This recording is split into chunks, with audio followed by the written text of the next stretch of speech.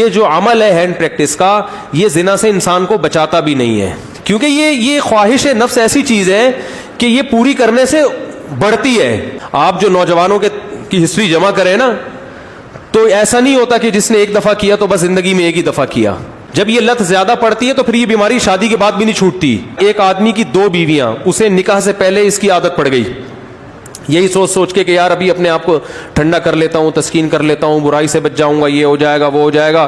شیطان نے الٹے سیدھے اس کو جو ہے نا دلائل دیے، اور کہتا ہے مجھے یہ برائی جب ہو گیا تو چسکا لگ گیا۔ پھر کہہ رہے پھر جب میں نے نکاح کیا ہے نا، ایک شادی کی ہے تو میری یہ عادت نہیں چھوٹی، دوسری 2 بیویاں اس کی، کہہ رہے پھر بھی نہیں چھوٹی۔ تو کہہ رہے میں اتنا غصے میں آ جاتا تھا کہ یار میری بیویاں بھی ہیں پھر بھی مجھے ان کو تسکین اس میں ہوتی ہے۔ پھر تو یہ ہینڈ پریکٹس کا ایک یہ بھی بڑا نقصان ہے کہ جب اس کی لت پڑ جاتی ہے تو شادی کے بعد بھی یہ عادت نہیں چھوٹتی۔ تو وہ کہہ رہا ہے میری 2 بیویاں تھیں، میں اتنا مجبور ہو گیا کہ ایک دن میں نے قسم اٹھائی کہ آئندہ میں نے اپنے ہاتھ سے اپنے آپ کو فارغ کیا تو میری دونوں بیویوں کو 3 طلاقیں۔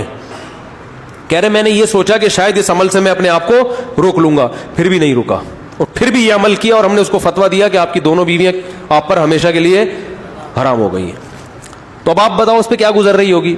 تو ہم نے لوگوں کے یہ حالات دیکھے ہیں، ایسے ایسے لڑکے آ کے بتاتے ہیں کہ آدمی حیران ہوتا ہے، یار تمہاری ہڈیوں میں اتنا جوس کہاں سے آیا، تم مر کے ختم ہو جاؤ گے اللہ کے بندو۔ جب بھی یہ گناہ ہو جائے 2 رکعت پڑھ کے توبہ کرنی ہے، اللہ سے معافی مانگنا ہے، اور اپنے آپ کو کوئی سزا دینی ہے صدقہ کے ذریعے یا روزے کے۔ سب سے بہتر سزا روزہ ہے، صدقے سے اتنا فائدہ نہیں ہوتا، روزے سے اس میں زیادہ فائدہ ہوتا ہے۔ تو اسی طرح جم جانے والے بھی اکثر ان برائیوں سے بچ جاتے ہیں، اور اس برائی سے بچنے کا بہت فائدہ ہے دنیا میں بھی آخرت میں بھی۔ لیکن میں نے آپ کو بتایا اس میں مایوس نہیں ہونا، یہ چیزیں جلدی نہیں چھوٹتی۔ ایک چیز کی لت اگر پڑ چکی ہو تو پھر ٹائم لگتا ہے چیزوں کو چھوٹنے میں، لیکن لڑتے رہنا ہے زندگی بھر۔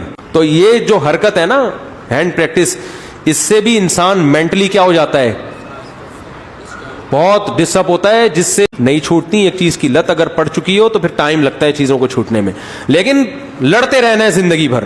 تو یہ جو حرکت ہے نا ہینڈ پریکٹس، اس سے بھی انسان مینٹلی کیا ہو جاتا ہے، بہت ڈسٹرب ہوتا ہے، جس سے جو نیچرل ایک پروسیس قدرت نے رکھا ہے، خدا نے رکھا ہے، وہ بہت برے طریقے سے متاثر ہوتا ہے اس عمل سے۔ تو اس لیے اپنے آپ کو ان تمام ایکٹیویٹیز سے بچا کے رکھنا چاہیے۔ تو اللہ تعالیٰ سب کی حفاظت فرمائے۔